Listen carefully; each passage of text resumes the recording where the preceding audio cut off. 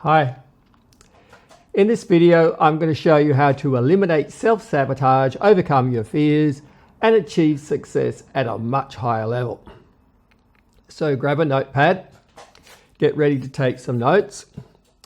You'll need them in the Future Selfing exercise towards the end of the video. So when I say something that resonates with you or you get some insight, then just pause the video and make a note. And if you need to, you can always go over to my website, and there's actually a script of the video there where you can just follow the notes. Okay. Now, the concept of self-sabotage indicates that the person is quite capable of achieving a higher level of success, but when they reach a certain stage, they then do something or don't do something which stops them from rising to a higher level. It's like there's a self-imposed lid or ceiling which holds them down. There are a number of parables that illustrate this.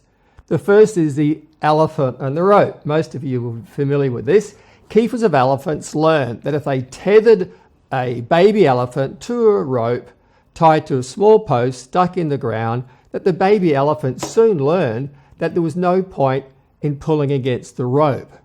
So when the elephant grew up, it still held the belief that there was no point in pulling against the rope. This is a conditioned response.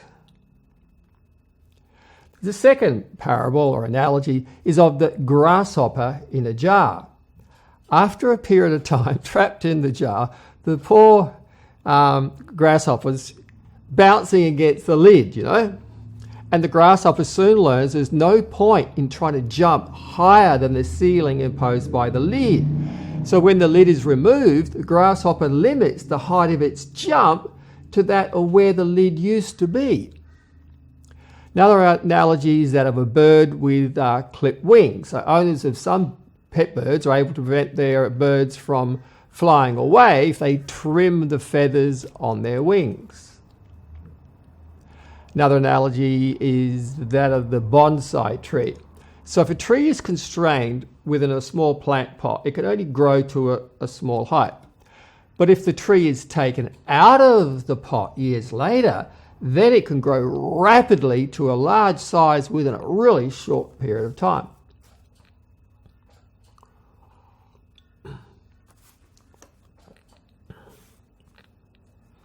So now it's time to think about how you may have been conditioned by your parents, your friends, your teachers, and society to behave in a self-limiting manner. Let's look at family first. In some families, there may be a structure that says the oldest siblings should achieve the highest level of success, or that the boys should be more successful at some activities than the girls, or that you should follow in the path of your parents rather than stepping out on your own. Children from poor families may hold themselves back from earning more money than their parents because they don't want their parents to feel bad in some way. If you get a man and a woman in a relationship who come from different socio-economic backgrounds, it could make it extremely uncomfortable for the parents from the poorer family at a wedding or social event. And so poorer people may hold themselves back out of respect for the feelings of their parents.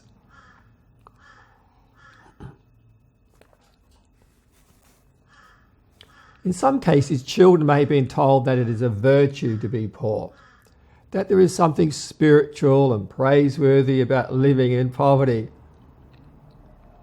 In some cases, decisions may be based solely upon the financial situation of the family.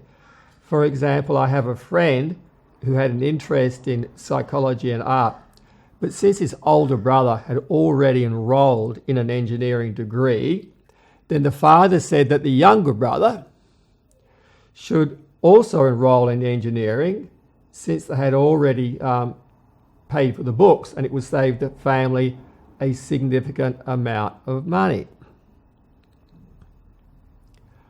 As a general rule, parents, friends, teachers, religion, the media and society at large condition people to think and behave in a manner which serves the group rather than the individual.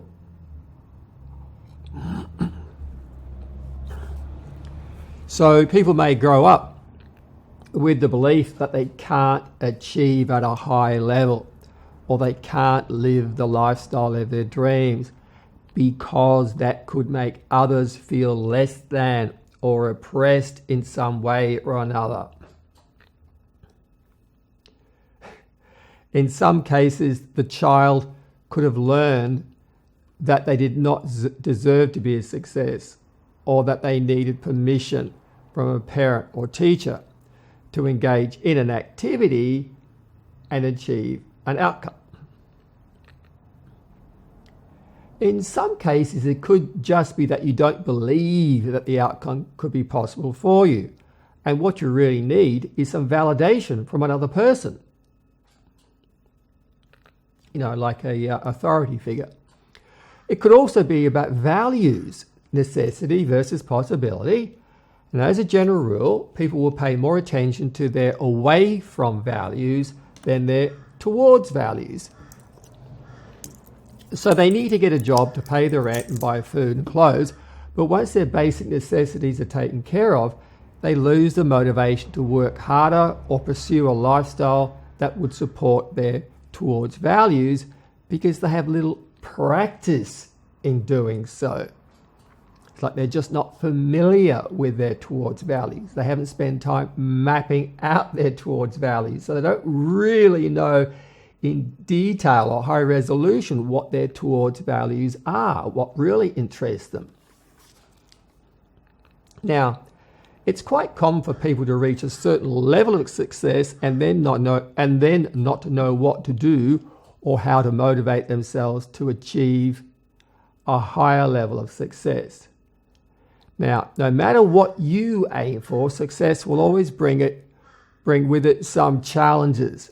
And as you get closer to achieving the next level of success, or the next milestone, whichever metaphor works for you, then there comes a point when you either sabotage yourself and walk away, or you learn to deal with those fears, doubts, or lack of motivation, which brings us to a future selfing exercise.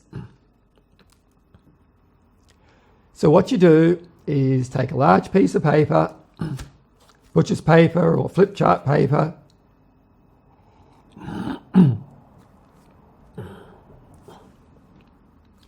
you draw a line across the top. At the top left, you write present state and the date. At the top right, you write desired outcome and the date. In the middle, you write steps and stages. So now on the left side of the paper, you itemize your present situation and any problems that you may be facing. At the top right of the page, you draw a box and itemize your desired outcomes. 3 months in the future. You could also list your 6 months and 12-month goals. You could also ask yourself, if you were able to achieve an amazing level of success, what could that look like, sound like, and feel like? And how would you describe that lifestyle in detail? What type of people would you hang out with? Who would you work and play with? What would the environment that you habitat on a daily basis look like? This is your desired outcome. Then you start asking yourself questions about what you need to do. That is the action steps that you need to take to move towards your outcomes and achieve results. Or you ask yourself, like, what thoughts do you need to keep in mind? Or the identity and self-concept that you need to build. That is, who do you need to be to achieve your outcomes? and then ask the question which is relevant to this video and the concept of self-sabotage, and that is, what holds you back? So now you take the notes that you compiled from the first part of this video, didn't you? You did take notes, and you list them on the Future Selfing sheet. Now, if I was working with you face-to-face in a one-on-one session, then I would use some fancy NLP techniques to help you make the changes. So keep in mind that the challenge for me in creating this video for you is to help you make the changes for yourself. Now, a big part of that is the understanding that we think using questions, statements, and commands. Questions, statements, and commands. So you might ask yourself, what holds me back? And you write that down on your Future Selfing page. What holds me back? And your unconscious mind might present the thought, well, is it okay to be a success? Or can I do it? What will happen if you are a success? Which indicates that maybe you need permission. So, and you write that down too. So then ask yourself if you need permission to be a success. If the answer is yes, then ask yourself, if you were given permission, could you be an amazing success? If the answer is yes, then give a command to yourself and say, I give you permission to be an amazing success at this venture. It is okay to be a success. Your mum and dad would want you to be a success. So you owe it to them and to society be an amazing success. Now go take action. So the artful use of questions, statements, and commands cannot be overstated. Think about it. That is the command. What does a good NLP coach do? That is the question.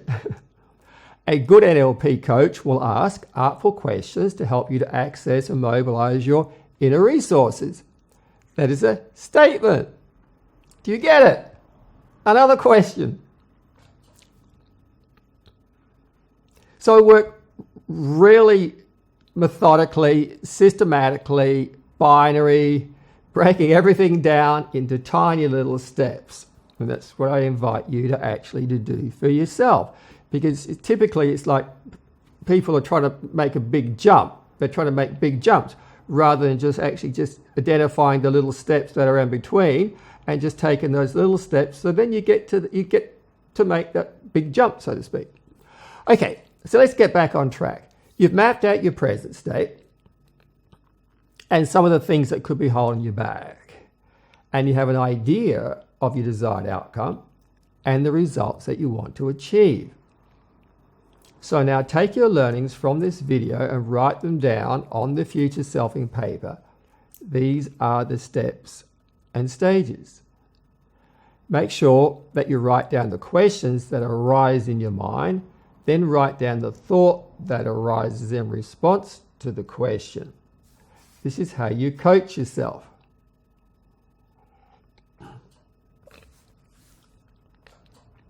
Then in the bottom right of the Future Selfing paper, tell yourself what immediate action you need to take. This is your to-do list. Then take action as soon as you can. Right this moment if possible. In this way you train yourself to build in a new pathway to success. And part of this process is doing a new Future Selfing exercise every few weeks or so. Make it a habit and you'll find yourself reaching new levels of success that could surprise you. Now, feel free to leave a comment below and I'll see if I can respond, and join us over at the Facebook NLP Hypnotherapy group. All the best to you, and I look forward to seeing you again soon.